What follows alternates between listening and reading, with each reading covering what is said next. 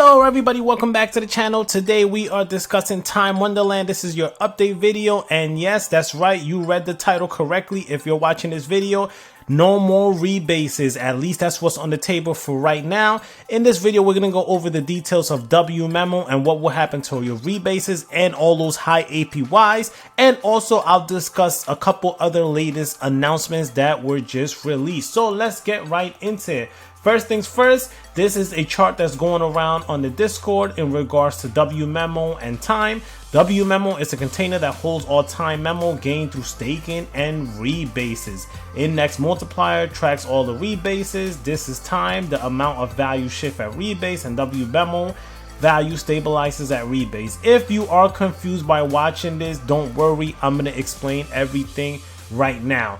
So in simplest terms, it was stated the price rebases are just token split. The price adjusts for the split. So even though you have more pieces, it's not worth more unless the price of wMemo goes up. You really only need to watch the price of wMemo. Keep in mind that the only profits to be gained while holding it is by staking wMemo in the farm for revenue. In essence, guys, I know there's been a lot of confusion with time, memo, wMemo. Every time I put out an update video, I always get questions in regards to that. And I'm going to explain it real easy and real simple. Let's just say wMemo was worth $20 and they said, hey, we're going to do a split.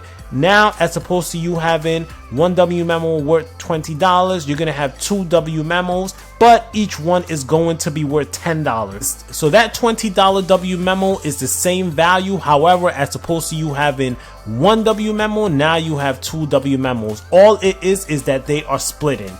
I remember back in the days for all of the OGs, the Lambo and the APY calculator and this and that, honestly, that was really just a marketing ploy. I mean, especially with the APYs and things of that nature, those were things that were just done to attract individuals. And this was even something that was brought up in many AMAs, especially with Danny, like, was that accurate? And it always comes back to no. It always comes back to that was just a way to market what could potentially happen. And obviously, of course, it gained a lot of people because a lot of people joined the protocol in hopes of being millionaires. But the reality of it is rebases do make a lot of these tokens inflationary, right? Because you're in essence creating more and more and more and more and more tokens. So right now what's on the table is to get rid of these rebases and just focus on wMemo as a whole. Just focus on the price. So the proposals to stop rebases have been moved to WI in our government's forum. Please read through the post and provide your feedback on the forum. And you can go on this forum and you could also provide your feedback. You could state whether you want it to stop, whether or not. But if I'm being strictly honest, I think this will stop. A lot of individuals are for it in the community, and I'm assuming this is going to go into voting pretty shortly. And it states, as we have moved away from the principal-owned mechanism, mint and bonding of time, and from time being the token focus on Wonderland, the rebasing on Memo is now just a legacy feature. It is being proposed at the core team to put a stop to the mechanism and remove the information related to it. Turning off rebasing will complete our transaction from our own fork and pushes more to focus on the community on what we are now. This will also set the stage for Wonderland's future. Provide low details. Rebases are a token split. Every rebase, the price of time memo adjusts for the split. So even though you have more tokens, it's not worth more.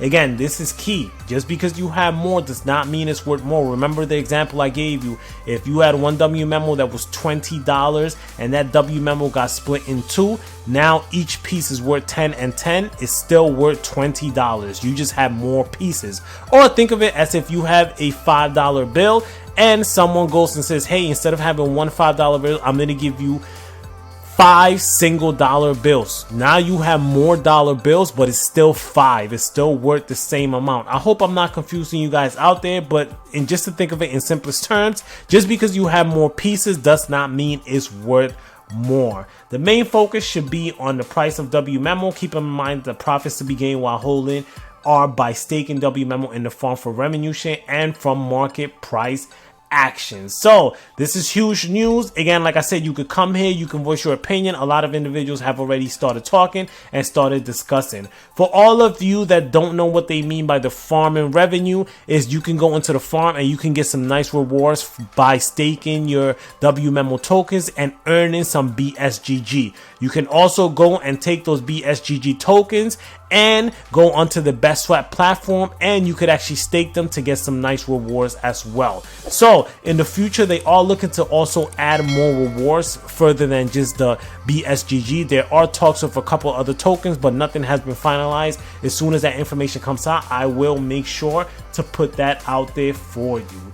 Now, moving on, we are also going to discuss yieldchad. In my previous video, we know that he passed the proposal to become our new treasury management. However, there was a quick 180 turn of events. It looks like he has some legal conflict going on and he could not become our treasury management. So now he is sitting on the board, or has a proposal to sit on the board as an advisor.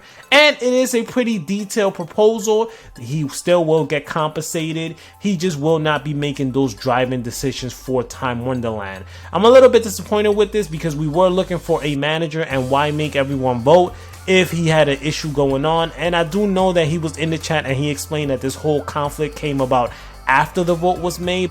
I just wish all their I's and T's were crossed before the vote, because now we're pretty much essentially back to square one without a manager.